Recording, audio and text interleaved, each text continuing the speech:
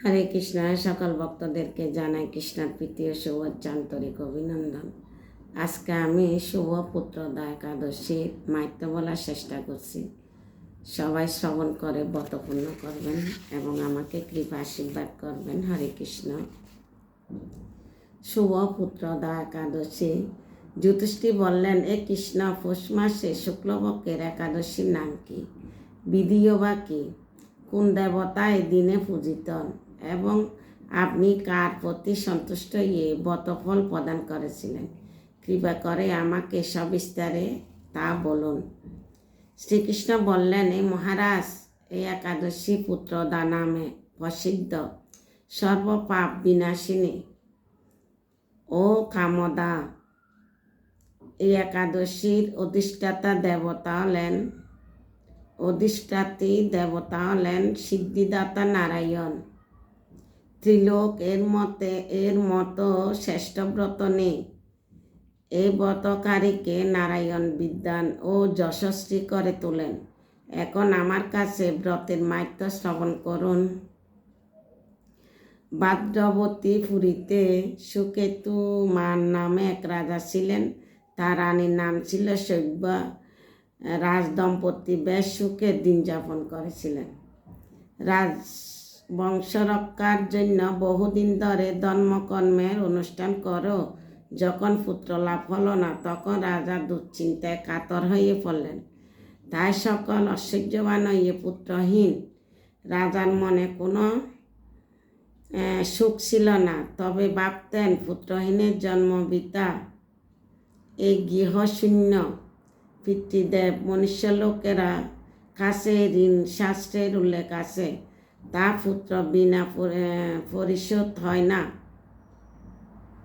পুত্রবান জনের এই জগতে যশ লাভ ও উত্তম গতি লাভ হয়, তাই এবং তাদের আয়ু, আরোগ্য, সম্পত্তি প্রভৃতি বিদ্যমান থাকে।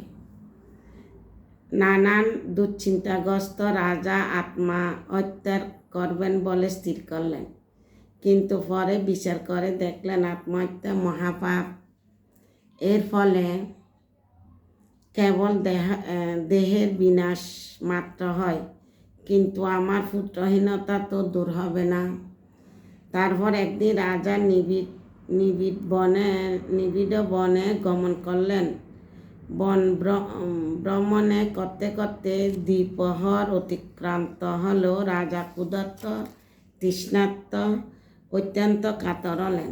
এদিকে ওদিকে জলাদির অনুসন্ধান করতে লাগলেন। তিনি চক্রবাক, রাজহংস এবং নানা রকম মাছের পরিপূর্ণ একটি মনোরম সরোবরে দেখতে পেলেন। সরোবরের কাছে মুনিদের একটি আশ্রম ছিল।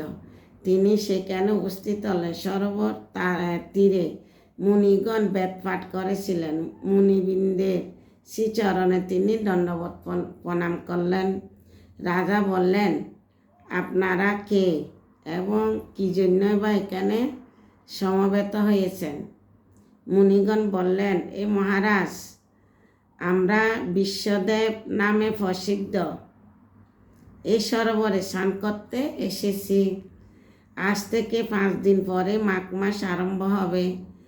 আজ পুত্রদা একাদশী তিথি।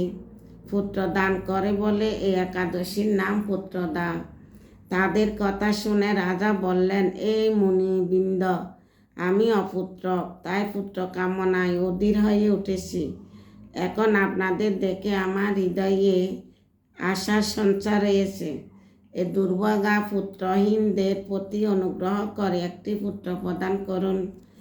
এই মুনিগণ বললেন, এই মহারাজ, আজ সেই পুত্রদা একাদশী তিথি, তাই এখনই আপনি ব্রত পালন করেন।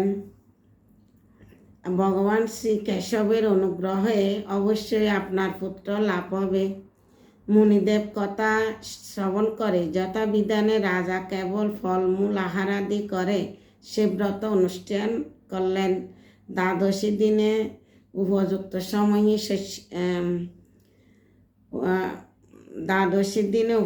সময়ে শয্যাদি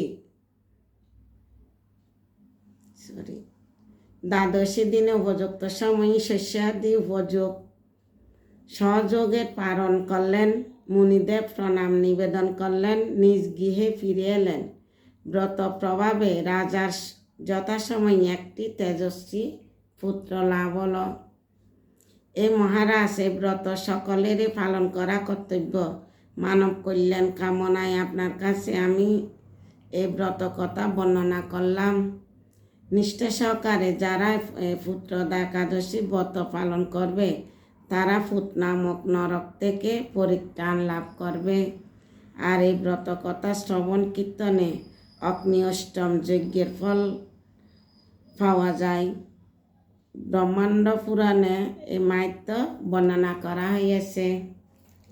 হরে কৃষ্ণ। পুত্রদা একাদশী পৌষ মাসের শেষে, মাঘ মাসের আগে, মাঘ মাস 5 দিন বাকি আছে, পৌষ সংক্রান্তি আসতেছে।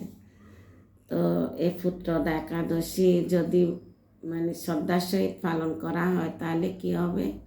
পুত্র নামক নরক থেকে রক্ষা করবে, বা নরক যেতে হবে না।